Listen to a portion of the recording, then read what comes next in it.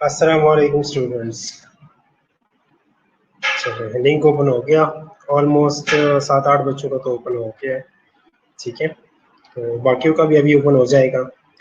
Last time हमने क्या पढ़ा था? तो कल हमने टेटनस के बारे में पढ़ा था, ठीक है। टेटनस टॉपिक हमने कल स्टार्ट किया था। आज हम आगे पढ़ेंगे, ठीक है। जितना कल पढ़ा था उससे आप आगे पढ़ेंगे। कल क्या क्या पढ़ा था? कल हमने पढ़ा था टेटनस के बारे में कि टेटनस है क्या, ठीक है।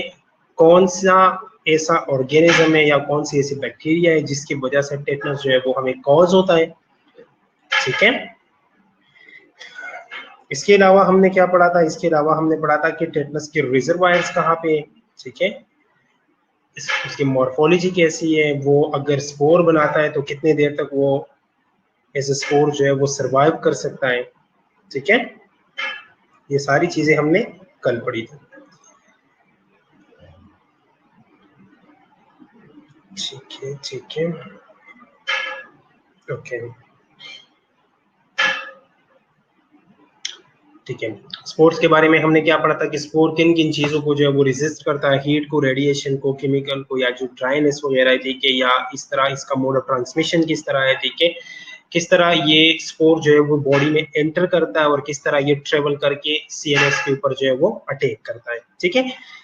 यहां तक हमने पढ़ा था कि इस टॉक्सिन को हम जो है वो न्यूरोटॉक्सिन बोलते हैं, क्योंकि ये न्यूरॉन के ऊपर जो है ये अटैक करता है, इस वजह से हम इसे न्यूरोटॉक्सिन कहते हैं, ठीक है। अब टेटनस टॉक्सिन के बारे में आज हमने पढ़ना है, ठीक है। इनिशियली ये क्या करता है? इनिशियली जब हमारी बॉडी में ये एंटर करता है तो इनिशियली ये पेरिफेरल नर्व के टर्मिनल के साथ बाइंड करता है, पेरिफेरल नर्व के टर्मिनल के साथ ये बाइंड हो जाता है, ठीक है। और ये टॉक्सिन जो है ये उस नर्व के जरिए जो है ये सेंट्रल नर्वस सिस्टम तक खुद को पहुंचा देता है, ठीक है। वहां तक ये पहुंच जाता है, सेंट्रल नर्वस सिस्टम तक ये पहुंच जाता है। और जब ये सेंट्रल नर्वस सिस्टम तक पहुंच जाता है तो वहां पे ये जितने भी इनहिबिटरी न्यूरोट्रांसमीटर्स है ना, उनको इनहिबिट कर देता है। जितनी भी इनहिबिटरी न्यूरोट्रांसमीटर्स है उनको ब्लॉक कर देता है। तो इनहिबिटरी और एक्टिवेटरी ट्रांसमीटर्स दोनों एक साथ रिलीज होते हैं। जब ये टॉक्सिन इनहिबिटरी न्यूरोट्रांसमीटर को ब्लॉक करेंगे तो वहां पे कौन से ट्रांसमीटर्स आएंगे? सिर्फ और सिर्फ एक्टिवेटर न्यूरोट्रांसमीटर्स जो है वो सिर्फ और सिर्फ रिलीज होते हैं। उन एक्टिवेटर न्यूरोट्रांसमीटर्स की वजह से अच्छा, आवाज कट रही है।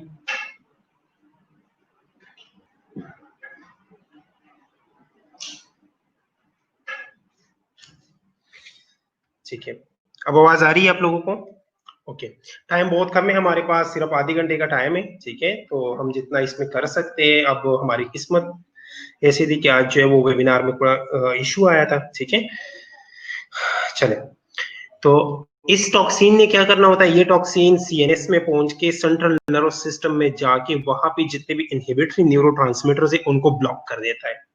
जैसे ये इनहिबिटरी न्यूरोट्रांसमीटर को ब्लॉक कर देता है तो वहां पे सिर्फ और सिर्फ जो एक्टिवेटरी ट्रांसमीटर्स है या जो एक्टिवेटर न्यूरोट्रांसमीटर्स है सिर्फ वही वहां पे वो रिलीज होते हैं।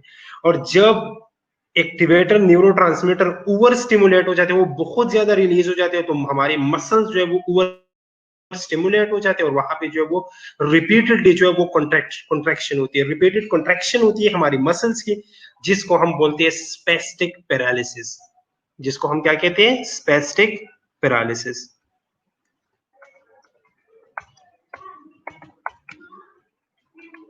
आवाज आ रही है आप लोगों को?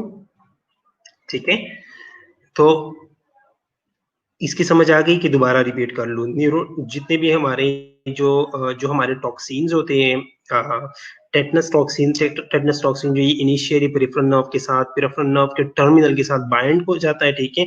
बाइंडिंग के बाद जो है ये जाके सेंट्रल नर्वस सिस्टम में जाके वहां पे जितने भी इनहिबिटरी न्यूरोट्रांसमीटर्स है उनको ब्लॉक कर देता है और एक्टिवेटर ट्रांसमीटर जो ज्यादा से ज्यादा रिलीज होते हैं।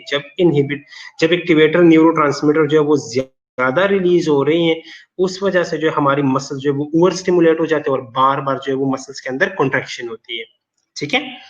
जब बार बार कॉन्ट्रैक्शन होती है उसको हम बोलते हैं स्पेस्टिक पैरालिसिस। स्पेस्टिक पैरालिसिस का मतलब ये कि over contraction of the muscles जो है वो हो रही है, ठीक है। एक डिजीज हो रही है, ये हम क्या पढ़ रहे हैं, हम पढ़ रहे हैं क्लॉस्ट्रिडियम टेटनी, जिसकी वजह से टेटनस होता है, ठीक है। एक डिजीज और है बॉटुलिज्म, ठीक है।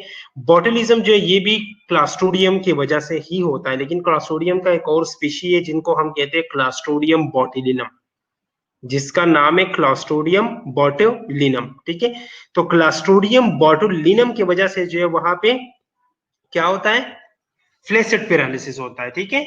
उसकी वजह से जो है वो फ्लैसिड पैरालिसिस होता है और इसकी वजह से जो है ये स्पेस्टिक पैरालिसिस होता है।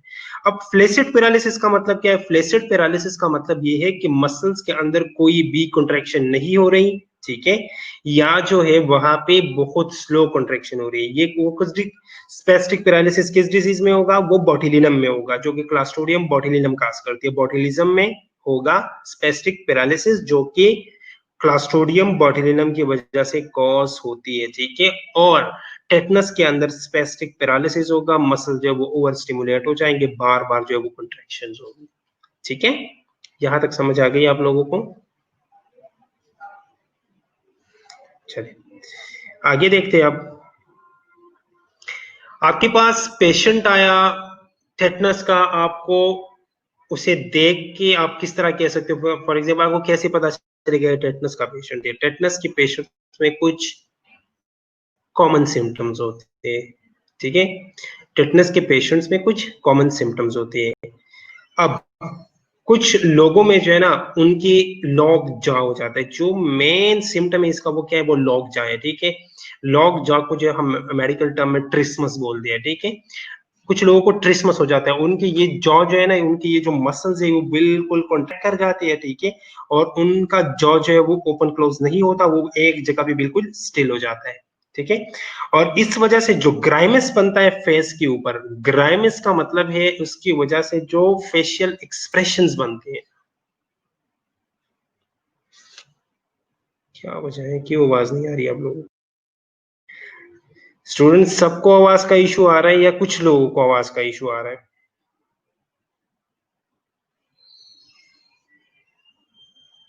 ठीक है, अगर कुछ लोगों को इशू है तो वो क्या करे, वो अपना साइट जो है वो दोबारा से रीलोड कर ले या अपना कनेक्शन चेक कर ले, ठीक है।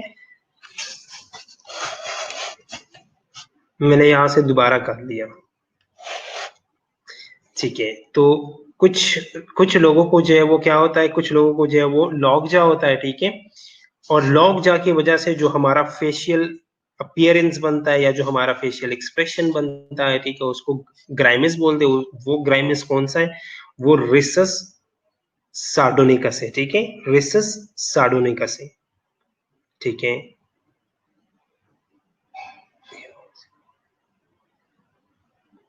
ठीक है, ये कुछ बच्चों का इशू है, ठीक है, सबका इशू नहीं है, ठीक है। तो आप लोग अपना कनेक्शन चेक करें, ठीक है। चलिए आगे। इसके अलावा लॉक जॉ के अलावा और क्या होता है? लॉक जॉ के अलावा जो हमारी बैक के मसल्स है ना उनकी कॉन्ट्रेक्शन हो जाती है। और बैक के मसल जो है ये बहुत स्ट्रॉन्ग मसल है। बैक की जो हमारे बैक के एक्सटेंसर मसल्स है ना, ये सबसे स्ट्रॉन्ग मसल्स है। अब जब बैक के एक्सटेंसर मसल्स की जो है जब कॉन्ट्रेक्शन होती है तो वहां पे जो है वो एक कर्वेचर बनता है। उस कर्वेचर को हम क्या कहते हैं? उस कर्वेचर को हम कहते हैं ओपिस्टोटोनस, ठीक है। ओपिस्टोटोनस कर्वेचर बनता है वहां पे। ओपिस्टोटोनस कर्वेचर इतना स्ट्रांग होता है कि वह उसकी वजह से जो है वो बोन फ्रैक्चर भी हो सकता है। हमारे बैक के जितने भी बोन्स है उनको उनका फ्रैक्चर भी हो सकता है, पॉसिबल है, ठीक है। अब ये जो कॉन्ट्रेक्शंस होती है पेशेंट के अंदर, चाहे वो लॉग जाए, ठीक है, लुबाइना में दोबारा से रिपीट कर रहा हूँ, सुन लो, ठीक है। ये जो कॉन्ट्रैक्शन होती है, चाहे वो लॉग जाए, ट्रिस्मस जिसको हम कहते हैं, ठीक है, जिनका एक ग्राइमिस बनता है रिसस सार्डिनोकस, ठीक है, या अगर ओपिस्टोटोनस जो है या जो बैक मसल्स की कॉन्ट्रैक्शन है जिसको हम ओपिस्टोटोनस बोलते हैं, ये इतना स्ट्रांग हो सकता है कि इसकी वजह से हमारे बोन के अंदर जो है वो फ्रैक्चर हो सकता है, ठीक है। और ये जिस पेशेंट में होता है ना, जो अफेक्टेड इंडिविजुअल होता है उसे पता चल रहा होता है, वो कॉन्शियस होता है इस बीमारी के बारे में, उसे पता होता है कि मेरी कॉन्ट्रैक्शन जो है वो हो रही होती है, वो हो रही है अभी। पेशेंट को ये पता चलता है कि मेरी कॉन्ट्रैक्शन हो रही है, लेकिन वो इन कॉन्ट्रैक्शन को स्टॉप नहीं कर सकता, ठीक है। पेशेंट को पता चल रहा होता है कि मेरी कॉन्ट्रैक्शन हो रही है, लेकिन ये कॉन्ट्रैक्शन उसके कंट्रोल में नहीं होते, ये beyond the affected individual control है, ठीक है, ये बियॉन्ड द कंट्रोल है, जो इफेक्टेड इंडिविजुअल है उसके कंट्रोल में ये कॉन्ट्रैक्शंस नहीं होती, ठीक है, वो इसको स्टॉप नहीं कर सकता।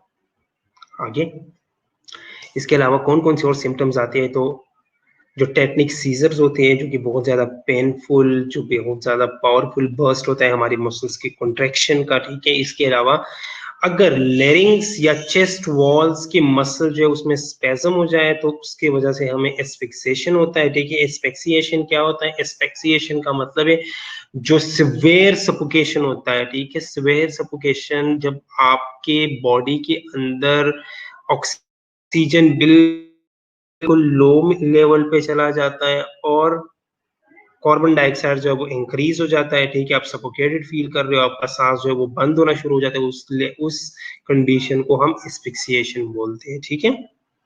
सर जब किसी को लकवा होता है तब भी जॉ लॉक होता है, क्या ये भी टेटनस है? लकवा क्या होता है वैसे? मुझे नहीं पता लकवा को क्या, लकवा किस बीमारी का नाम, मुझे नहीं अंदाजा लकवा।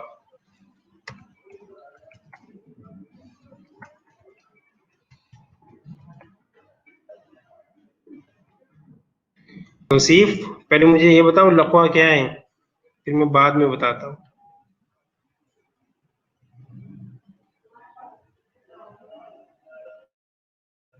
ओके ओके ओके, लकवा, लकवा जो है वो फेशियल फालसी है, ठीक है, जिनका बिल्कुल एक एक्सप्रेशन जो है वो खत्म हो जाते हैं, वो होता क्यों है? ये सेम वो टेटनस नहीं है, टेटनस की वजह से जो है वो फेशियल फालसी होती है, ठीक है। असल में फेशियल जो फालसी होती है ना, फेशियल फालसी जो है वो असल में होती है न्यूरॉन्स की वजह से। जो हमारा फेशियल नर्व है ना, फेशियल नर्व में कोई खराबी आ जाती है, फेशियल नर्व जो वो डैमेज हो जाता है, उसकी वजह से जो हमारा फेस जो है वो बिल्कुल लॉक हो जाता है, ठीक है। सेम इसी कंडीशन में भी हमारी मसल्स जो है वो कॉन्ट्रैक्ट हो जाती हैं।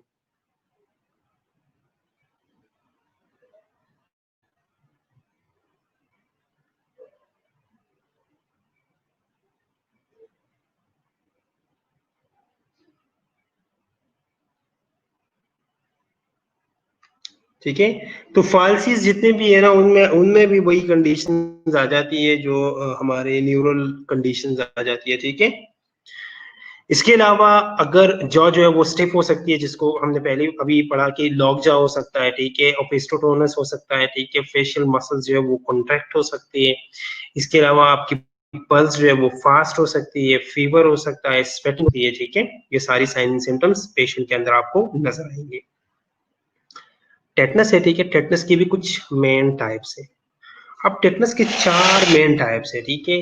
एक को हम बोलते हैं लोकल टेटनस, एक को हम बोलते हैं सिफेलिक टेटनस, थर्ड वन जो है वो जनरलाइज टेटनस है, ठीक है, and the fourth one is neonatal tetanus, ठीक है। टेटनस का जो इंक्यूबेशन पीरियड है वो 3 to 21 डेज का इंक्यूबेशन पीरियड है, ठीक है। लेकिन जो एवरेज लिया गया है, मोस्टली पेशेंट में देखा गया है, वो है 8 डेज का, ठीक है। जो मोस्टली पेशेंट्स में देखा गया है वो 8 डेज का इंक्यूबेशन पीरियड जो है वो देखा गया है, ठीक है। अब ये दो तरह की हमने इसको फर्दर डिवाइड किया है मेन 2 कैटेगरीज में, common type of tetanus and uncommon type of tetanus. जो अनकॉमन टाइप्स ऑफ टेटनस है ना, उसमें दो आते हैं, लोकल और सिफेलिक, और जो बाकी दो है generalise and neonatal, they are the common type of tetanus, ठीक है। अब लोकल टेटनस में क्या होता है? लोकल टेटनस में ये कि जिस इनॉटमिकल सेम इनॉटमिकल एरिया में जो है वो टेटनस होता है। फॉर एग्जांपल किसी की यहाँ पे इंजरी हुई है, ठीक है, तो यहाँ पे टेटनस हो गया, ठीक है, लोकलाइज, जिस टिश्यू के अंदर इंजरी हुई उसी टिश्यू के अंदर लोकलाइज टेटनस हो गया।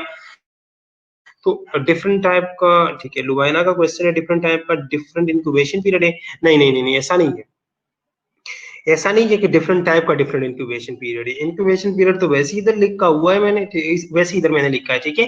लेकिन जो टाइप्स है, टाइप्स जो है वो वो डिपेंड करता है कि अब मैं आगे बताऊं कि किस वजह से हमने टाइप्स को जो ये नाम दिया, किस किस वजह से हमने इसे कैटेगराइज किया है, ठीक है।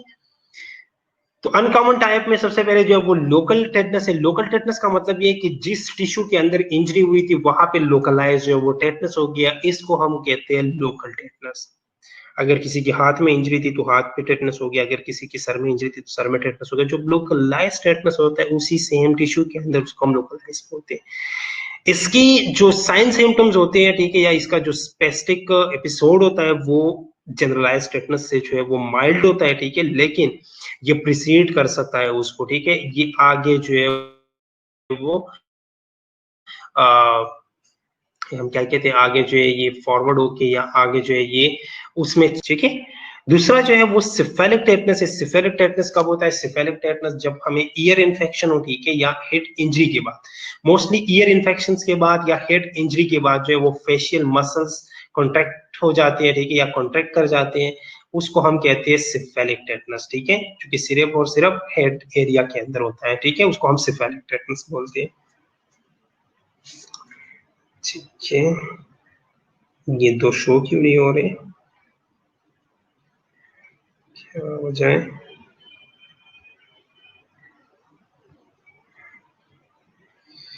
ठीक है। हम्म,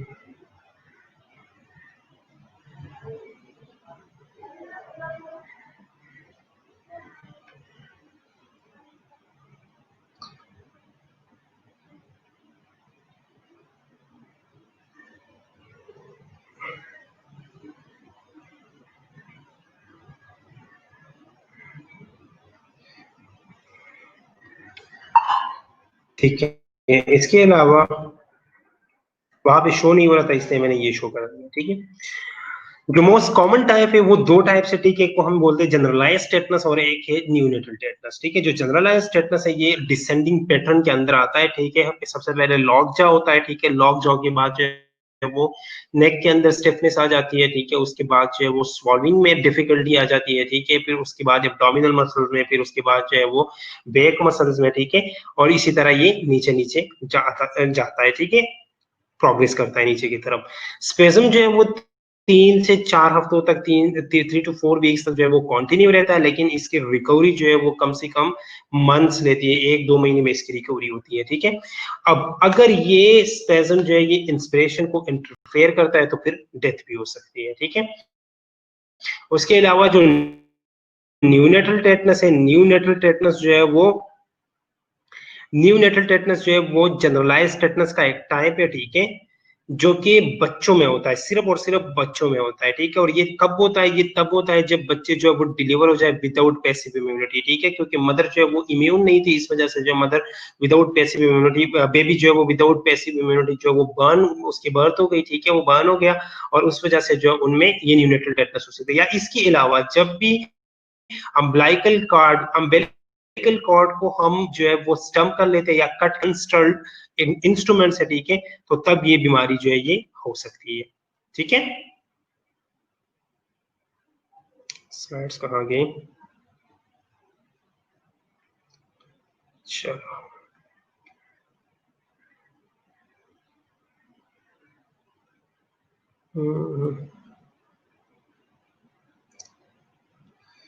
स्लाइड्स स्लाइड्स नजर नहीं आ रहा।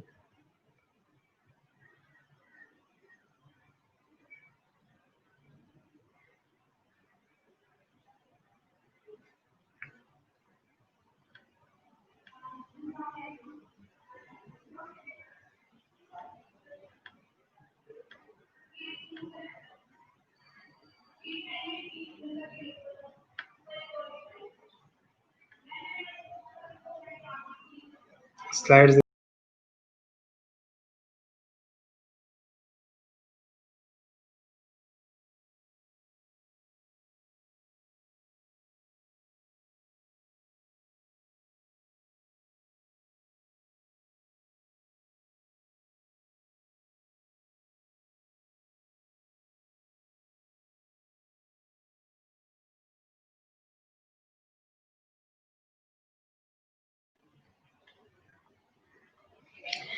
अच्छा, लुबाइना का क्वेश्चन है कि सर हम ये कह सकते हैं कि न्यूनेटल जो है वो सिर्फ और सिर्फ प्रेग्नेंट वोमेन में होता है, नहीं न्यूनेटल जो है वो प्रेग्नेंट वोमेन में नहीं होता, न्यूनेटल जो है वो ओनली ब्लैक स्क्रीन है, ठीक है। न्यूनेटल जो है वो सिर्फ और सिर्फ बच्चों में होता है, ठीक है, प्रेग्नेंट वोमेन में नहीं, बच्चों में होता है। न्यूनेटल की आप लोगों को समझ नहीं आई मेरे ख्याल में। न्यूनेटल जो है ये जनरलाइज फॉर्म ऑफ टेटनस है, ठीक है, जो कि सिर्फ और सिर्फ न्यू बॉर्न इन्फेंट्स के अंदर होता है, ठीक है। और ये कब होता है? तब होता है ये जब मदर जो है वो इम्यून ना हो, ठीक है, नॉन इम्यून हो, और बेबी जो है वो डिलीवर हो जाए, ठीक है, तो वो विदाउट पैसिव इम्यूनिटी डिलीवर हो जाता है, ठीक है, तब ये उनमें चांसेस ज्यादा होते हैं, ठीक है। इसके अलावा जब अगर हम बच्चे का अम्बिलिकल कॉर्ड जो है वो अनस्टोल इंस्ट्रूमेंट से जो है वो कट कर लेते हैं, तो उस वजह से जो इसकी चांसेस जो है वो बढ़ जाते हैं,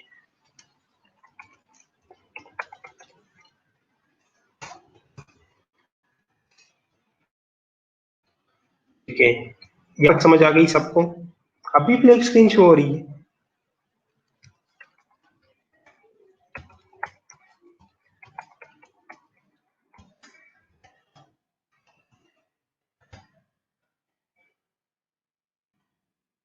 चले,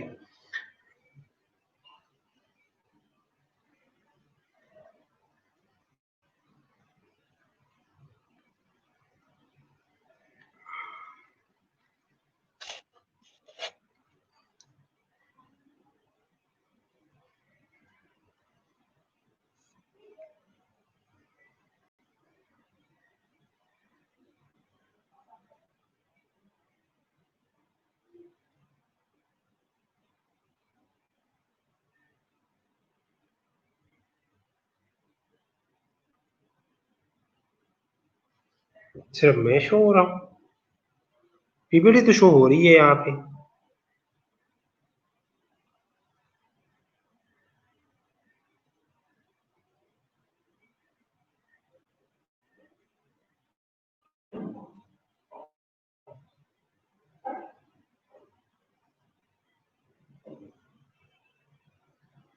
रिफ्रेश करके देख लो पीपीटी शो हो रही है कि नहीं।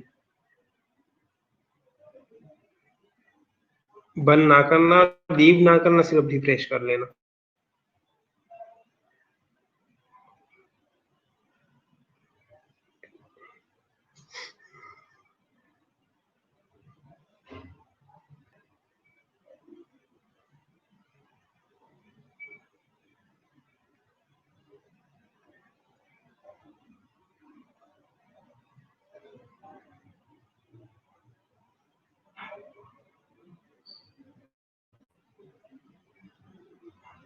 कैसे हो सकता है नो पीपीटी? यहाँ से तो पीपीटी शो हो रही है। चलो, शो हो रही है या नहीं शो हो रही, सुन लो अब। वैसे भी टाइम बहुत कम रह गया, ठीक है, चले। अब हमने इसको डायग्नोस कैसे करना है, ठीक है, मेथड ऑफ डायग्नोसिस। अब हर एक पेशेंट वो डिपेंड करता है पेशेंट के अकाउंट पे, वो डिपेंड करता है उसकी फिजिकल फाइंडिंग्स पे, ठीक है। पेशेंट टू पेशेंट जो है वो हमारे डायग्नोसिस जो है वो वेरी करता है, ठीक है, हमारा diagnosis patient to patient vary करता है, ठीक है। डायग्नोस्टिक स्टडी का वैसे भी इसमें इतना वैल्यू नहीं है, क्योंकि इसका कल्चर जो है वो कभी कभार नेगेटिव आता है। Two two third two two third patients में जो है वो हमारा कल्चर जो है वो अक्सर नेगेटिव आता है, ठीक है। Sir only one change,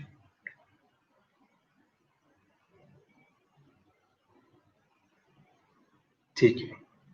Hamza कह रहा है कि सर ओनली वन चेंज, भाई यार हमजा, ठीक है, चले चले कोई बात नहीं, चले देखिए पढ़ लो, ठीक है। वो डायग्नोसिस जो है वो पेशेंट टू पेशेंट जो है वो वेरी करता है, ठीक है। डायग्नोसिस पेशेंट टू पेशेंट जो है वो वेरी करता है। मोस्ट केसेस हमारे पास टू थर्ड केसेस हमारे पास ऐसे आते हैं जिसमें कल्चर जो है वो नेगेटिव होता है, लेकिन फिर भी पेशेंट जो है वो पॉजिटिव होता है, ठीक है। तो हमने उसमें देखना है, हमने उसमें देखना है टेस्ट। इसके अलावा भी कुछ टेस्ट हमने, सबसे पहले तो हम कल्चर कराते हैं, ठीक है। कल्चर में अगर नेगेटिव भी आया, और टेटनस कभी कभार ऐसे भी होता है कि कल्चर नेगेटिव आ जाता है लेकिन टेटनस प्रेजेंट होता है, ठीक है। इसके अलावा हम टेटनस एंटीबॉडी टेस्ट कर लेते हैं, ठीक है। इसके अलावा जो है हम कुछ और टेस्ट वगैरह भी करते हैं जिसमें हमें पता चलता है कि जो सेम साइन सिम्टम वाले डिजीज है कोई, या वो तो नहीं है, जिस तरह मेनिंजाइटिस है, ठीक है, जिस तरह रेबीज है, ठीक है, कुछ ऐसे डिजीज का भी हमें पता चल जाता है, ठीक है। इसके अलावा हम क्लिनिकली इसको ट्रीट कैसे करेंगे, ठीक है। तो क्लिनिकली इसको ट्रीट करने के लिए सबसे पहले हम टेटनस इम्यूनोग्लोबुलिन्स लगाते हैं, ठीक है, जिसको हम टेटनस एंटीटॉक्सिन्स कहते हैं, ठीक है। उस टेटनस एंटीटॉक्सिन्स ने क्या करना है, उन टेटनस एंटीटॉक्सिन ने इस टॉक्सिन्स को या इन टॉक्सिन्स को न्यूट्रलाइज करना है, ठीक है।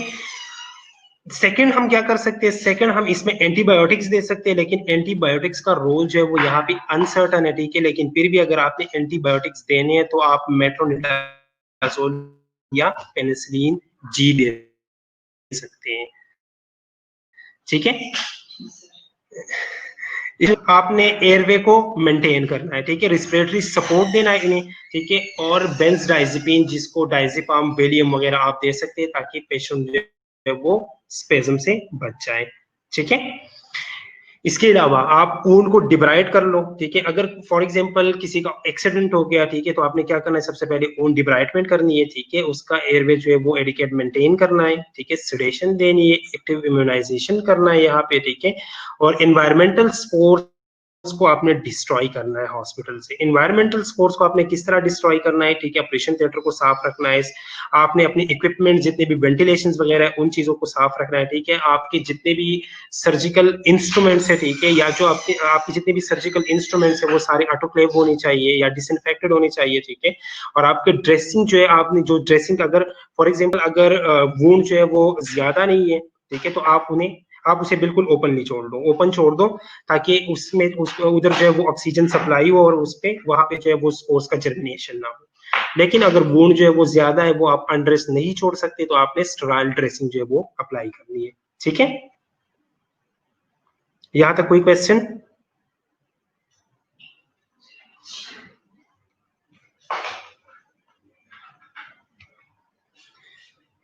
आवाज नहीं आ रही, अच्छा अब भी आवाज नहीं आ रही?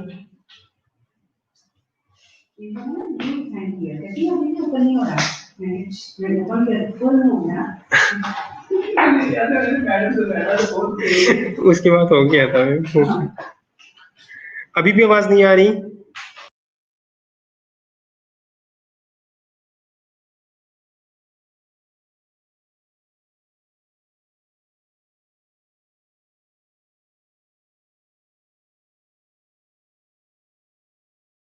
मैं रिपीट करता हूँ,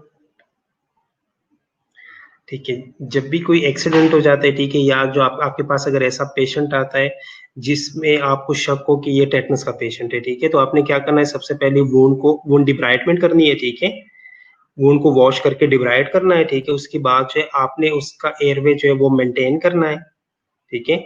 मसल रिलैक्सेंट देने या सिडेशन देना है ताकि पेशेंट जो है वो रिलैक्स रहे, ठीक है। इसके अलावा आपने एक्टिव इम्यूनाइजेशन करनी है, आपने जो टेटनस एंटीटॉक्सिन्स आते हैं वो आपने इंड्यूस कर लेनी है, ठीक है। उसके अलावा आपने अपने इन्वायरमेंटल स्पोर्स को डिस्ट्रॉय करना है। इन्वायरमेंटल स्पोर्स क्या, आपके वार्ड के अंदर जो स्पोर्स है, ठीक है, उस स्पेशली थिएटर्स के अंदर, ठीक है, या आपने जो इक्विपमेंट्स यूज करने हैं उसके डिब्राइटमेंट के लिए, उसके केयर के लिए, वो सारी चीजें स्टेराइल होनी चाहिए।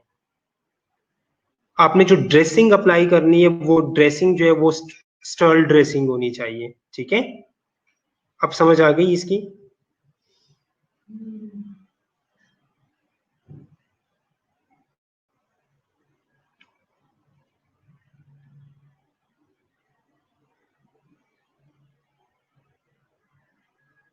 ठीक है। अब इसको हमने प्रिवेंट कैसे करना है, ठीक है। तो टेटनस को हम प्रिवेंट कर सकते हैं इम्यूनाइजेशन के जरिए, ठीक है।